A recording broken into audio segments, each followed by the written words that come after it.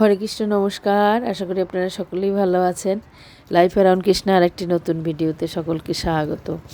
আমার কথা বলতে একটু কষ্ট হচ্ছে, কারণ গলাটা পুরো বসে গেছে।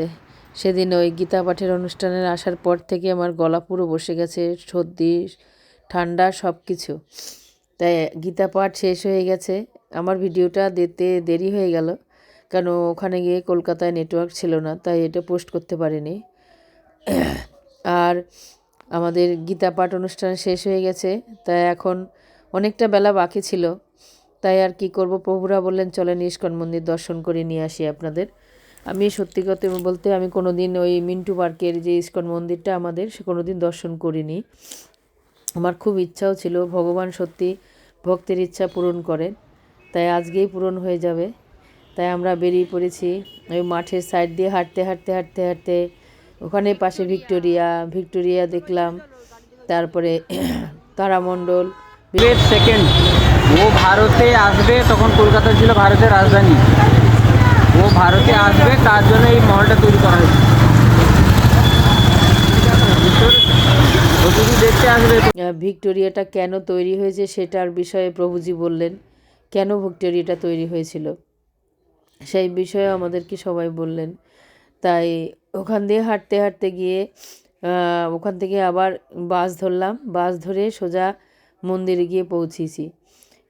মন্দিরে গেছি, মন্দিরে গিয়ে দেখি এত সুন্দর সন্ধেবেলা সাজিয়েছে মন্দিরটা, তা দেখার মতন। এখানে হাঁটতে আমরা সবাই গেছিলাম, হাঁটতে একটু কষ্টই হচ্ছিল, অনেকটা পথ। তারপরে ওখান থেকে বাস ধরেছি, বাস ধরে তারপরে আমরা মন্দির দর্শন করে একদম সারাদিনের ক্লান্তি দূর হয়ে গেছে। আমরা এখন এসে গেছি ইস্কন মন্দিরে, মিন্টু পার্ক ইস্কন মন্দির।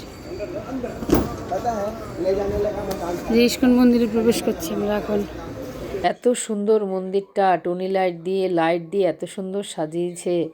তারপরে ওখানে আমরা প্রবেশ করেছি, গিয়ে দেখছি মাতাজিরা কি সুন্দর ভগবানের জন্য মালা গাচ্ছে। আমরা মন্দিরে প্রবেশ করে প্রথমে দেখলাম ভগবানের মালা গাচ্ছেন মাতাজিরা। তারপরে প্রভুজি আমাদের নিয়ে ঢুকলেন, যে এখানে তপস্যা করছেন, মানে জপ করছেন প্রভুপাদ। মন্দিরের বাঁ দিকে কি সুন্দর প্রভুপাদের একটা ঘর করা হয়েছে, সেখানে সবাই মিলে ভক্তরা জব করেন। সেখানে তো আর মোবাইল নিয়ে ঢুকতে দেয় না, আর মোবাইলে ভিডিও তোলাও ঠিক না। সবাই মিলে সাইলেন্ট, আস্তে আস্তে ধীরে ধীরে আমরা ঢুকলাম। এই যে প্রবেশ করার পথটা শুধু ভিডিও করতে পেরেছি, তারপরে আর ভিডিও করা বারণ ছিল। প্রভুপাদ ওখানে নিরিবিলিতে বসে জব করছেন, সেরকম একটা কি সুন্দর তৈরি করেছে একটা ঘর, প্রভুপাদের খাট। তারপরে ভগবানকে দর্শন করলাম। তারপরে তো দর্শন করে মানে মন প্রাণ জুড়িয়ে গেল, এত সুন্দর বিগ্রহ, এত সুন্দর কীর্তন শুরু হয়ে গেছে। এক বিদেশি ভক্ত মায়াপুর থেকে এসছেন, উনি কীর্তন শুরু করেছিলেন, মানে অসাধারণ।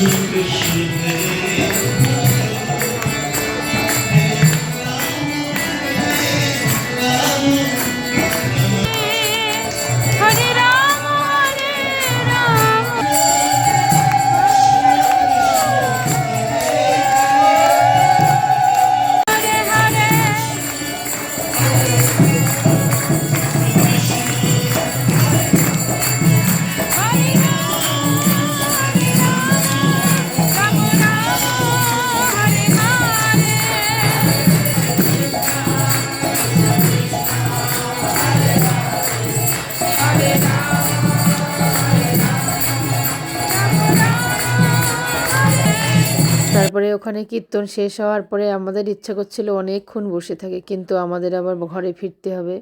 ওখান থেকে আমাদের যে ফ্ল্যাট সেখানে আসতে হবে অনেকটা দূর, তাই ওখান থেকে আমরা চলে আসলাম। আমরা বেরিয়ে আসার পরে আরতি কীর্তন শুরু হলো, মানে তুলসী আরতি কীর্তন শুরু হলো।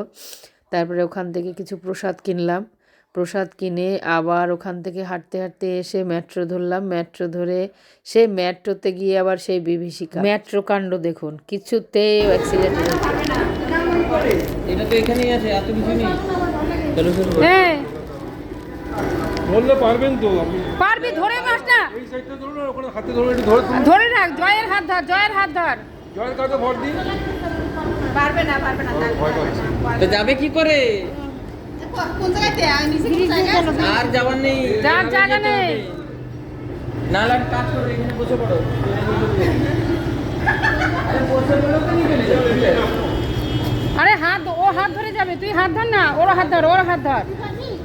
তুমি আসো, আমি তাই ভয় পাই। তুমি আমার হাত এক ধরো। থাপ্পড় মারবো না, আমার কি আছে? ওরে দেখ, তুই ওর হাত ধর। চট করে পা দিবি, চট করে পা দিবি।